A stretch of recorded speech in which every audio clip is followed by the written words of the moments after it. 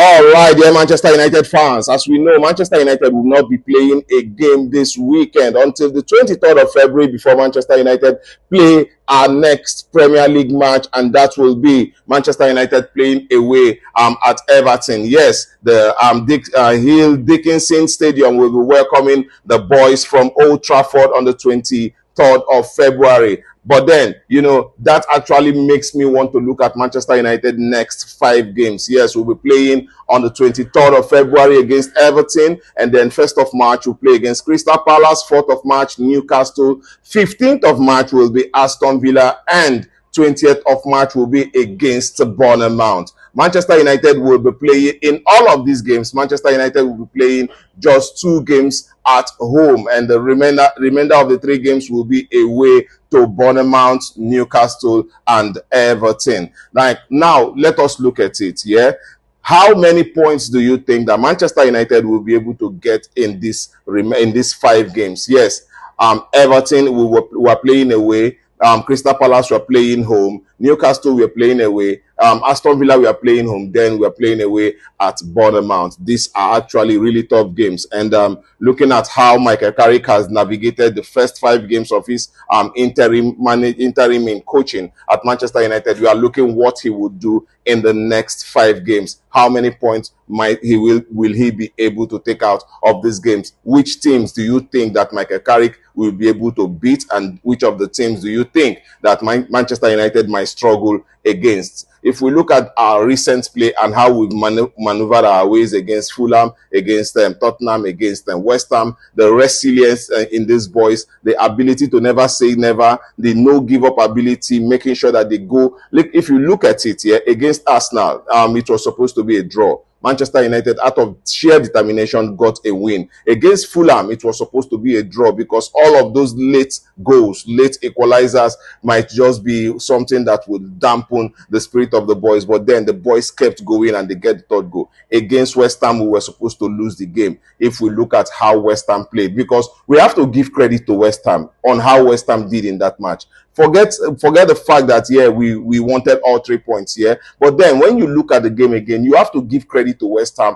They were defensively compact, defensively focused, defensively disciplined. Yes, they came out with a game plan, and luckily for them, they got that opportunity to get that goal, and it turned in their favor. Because for me, when I look at how Nuno Espirito Santo set up his men, I felt in my mind that this guy will be okay with a draw, because he knows how Manchester United plays, and he knows that these guys can actually break down the defense at any time and get a goal. So he decided to play a complete defensive football, which, by the way, angered me, annoyed me. But then again, what will you do against a team that has scored 10 goals in 4 matches? What will you do against that type of team? Right? You are in the relegation battle. You are struggling not to lose more games. You want to come out of the relegation zone. You will do anything. And I will not blame Nuno Espirito Santo for how he chose to go about the match, because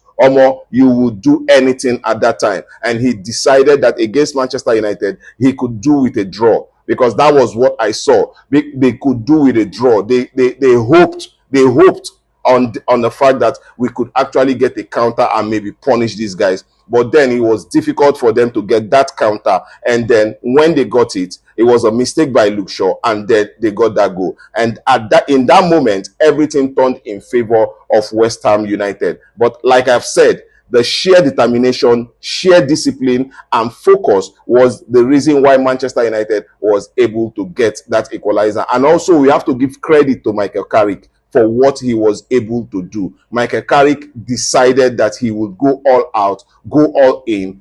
It was clear vintage Manchester United of the old. That was what we saw. Under Alex Ferguson, we did not get it right all the time. Under Alex Ferguson, we did not come out killing every team all the time. There were times we struggled. There were times teams held us back. There were times we went out there and we were on the back foot. There were times we did not perform to the best of our abilities, right? And this is one of those times when we play against West Ham and we did not give everything. The boys looked a little bit tired. The boys looked a little bit slower. I felt like they could have pushed the ball more faster and all of that. But then that game has happened. Let us go on and look at what we can do against Everton. You know, look at the form of Everton, look at the form of Crystal Palace, look at the form of Newcastle United, Aston Villa, who is in third position. Manchester United will be looking at usurping them and getting into that third position. And the Aston Villa game will be a very, very interesting game by all means, by all standards. Because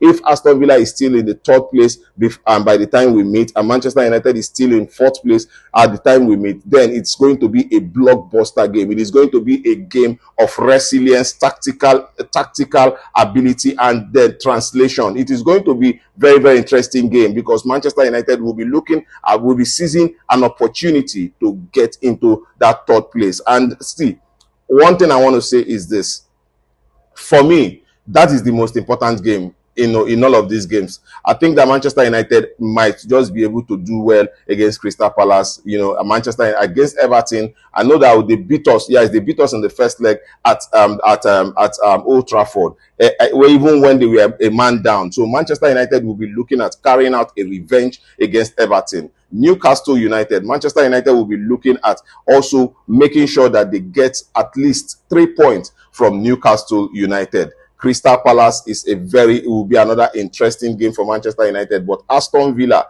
if Manchester United is still fourth, and